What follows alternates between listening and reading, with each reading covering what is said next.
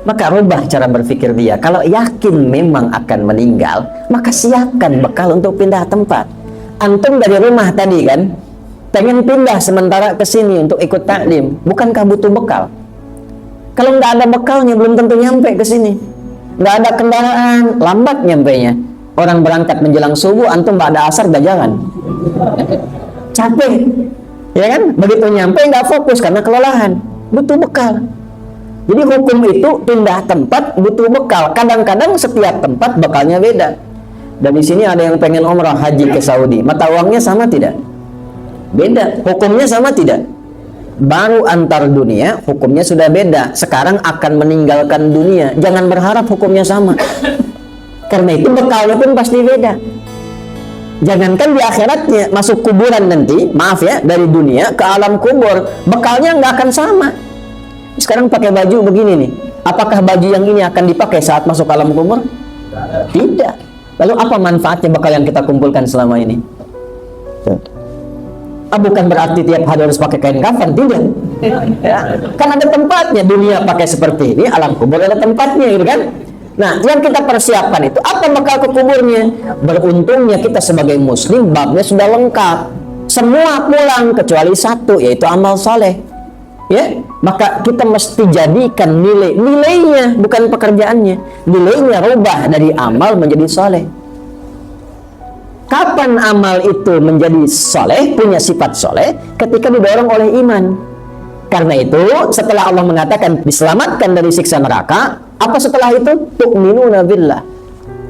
Rubah semua kegiatan itu karena iman, karena Allah Subhanahu wa Ta'ala. Bicaranya pakai iman, memandangnya pakai iman, kerjanya pakai iman, kerjanya di tempat yang sama. Bapak tetap ngantor di tempat itu, dagangnya tetap itu, cuman dagangnya pakai iman.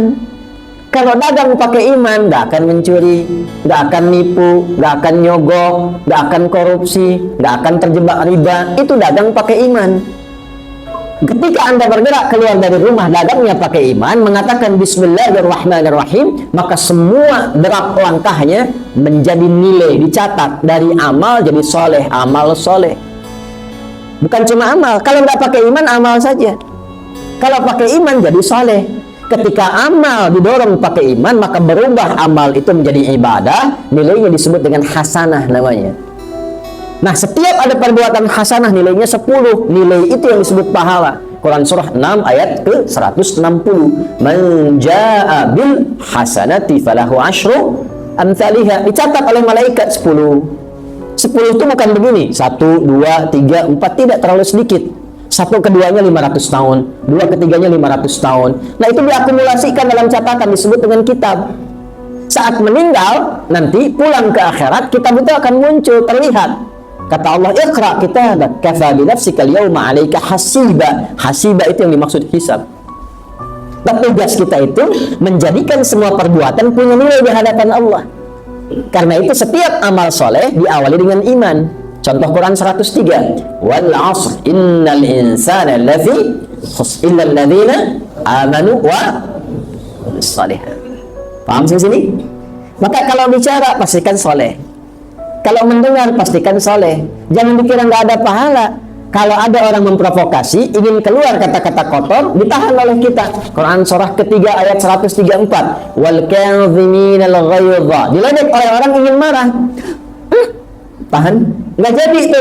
Itu dituliskan pahala 10 kebaikan. Kalau pulang, kembali kemudian ke akhirat, disediakan surga di situ. Surganya disiapkan seluas langit dan bumi. Ya, kan ayat 133-nya begitu. Jadi orang cerdas itu dia menyiapkan nilai kebaikan dunianya untuk bekal akhiratnya. Begitu meninggal dunia, dia tinggalkan dunianya. Dunianya sukses juga. Apa dikira Utsman nggak kaya? Kaya. Abdurrahman bin Auf kaya. Nikmat juga hidup dunianya, nikmat, enak, tenang. Begitu pulang nikmat lagi. Jadi dunianya dapat hasanah, di akhirat dikonfirmasi hasanah. Itulah kenapa sering kita berdoa, Rabbana atina fid dunya wa fil akhirati wa qina. Nah, untuk melakukan itu mesti berjuang. Karena itu hidup butuh perjuangan. Kemudian wa tujahiduna fi sabilillah. Caranya adalah niatkan semua kegiatan kita untuk mendapatkan ridha Allah. Itulah fi sabilillah.